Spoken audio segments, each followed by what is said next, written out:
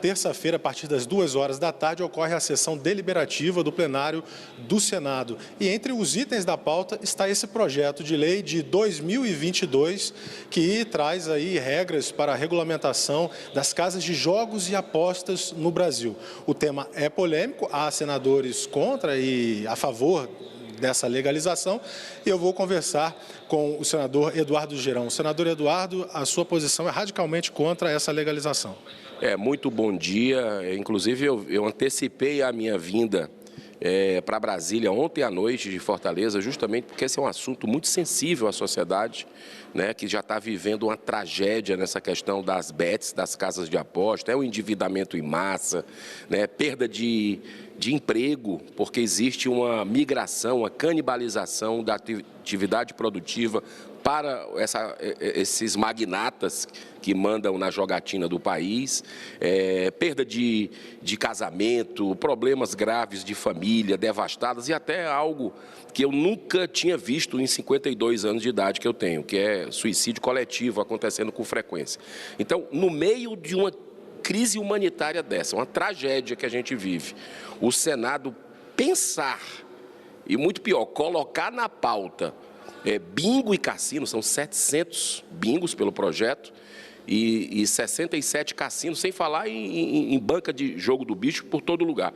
Então isso mostra um pouco de desumanidade nossa. Eu espero que o presidente ele repense, os senadores repensem, né, porque a sociedade não está entendendo. No avião que eu vinha ontem, as pessoas me abordando, né, dizendo, rapaz, é verdade isso? Porque se diz muito, hoje em dia, hashtag Congresso inimigo do povo, né? E o Congresso precisa se aproximar da população e não fazer o sinal trocado. Então, que a gente possa dar uma resposta diferente do que foi no aumento de deputados, né, que por um voto nós perdemos. Eu acredito que a gente tem uma margem maior, porque os senadores já entenderam que esse caso é um caso que leva as pessoas à beira do precipício e o brasileiro não aguenta mais de dívida por causa de jogo. Isso aí é para pegar, sabe o quê, Tiago? É para pegar, se as casas de apostas, a Bets, pega até 49 anos, a faixa etária, essa de bingo e cassino pega o restante. Pega de 49 até a velhice, os idosos. Então, a gente não pode permitir, tem que proteger esse tecido social e, com a graça de Deus, nós vamos vencer essa batalha junto com a população que está cobrando de forma educada, de forma respeitosa, os seus senadores para votarem contra essa loucura. Certo, senador. Agora, no ano de 2023, passou a lei das bets aqui no Senado.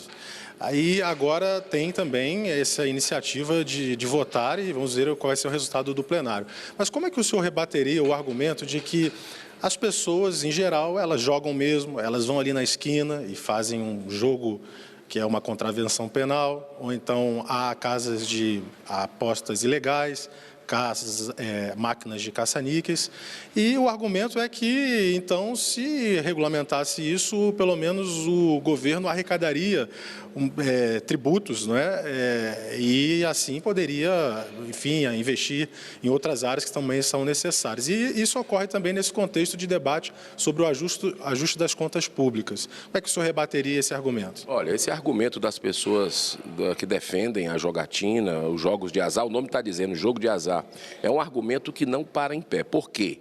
E eu estudo esse assunto há mais de 20 anos. Fui a Las Vegas para estudar, para conversar nas universidades, para pegar dados, que é a meca do jogo de azar.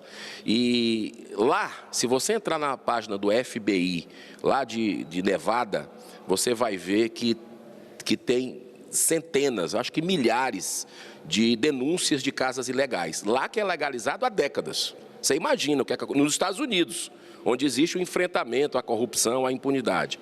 Junto com o jogo de azar, vem tráfico de droga, tráfico de arma, né? E o crime organizado no Brasil nunca lavou tanto dinheiro, nunca aumentou tanto seus lucros depois das casas bets, né? E a gente viu isso aí nos grandes veículos de comunicação. Então, por que o Brasil quer mais problema?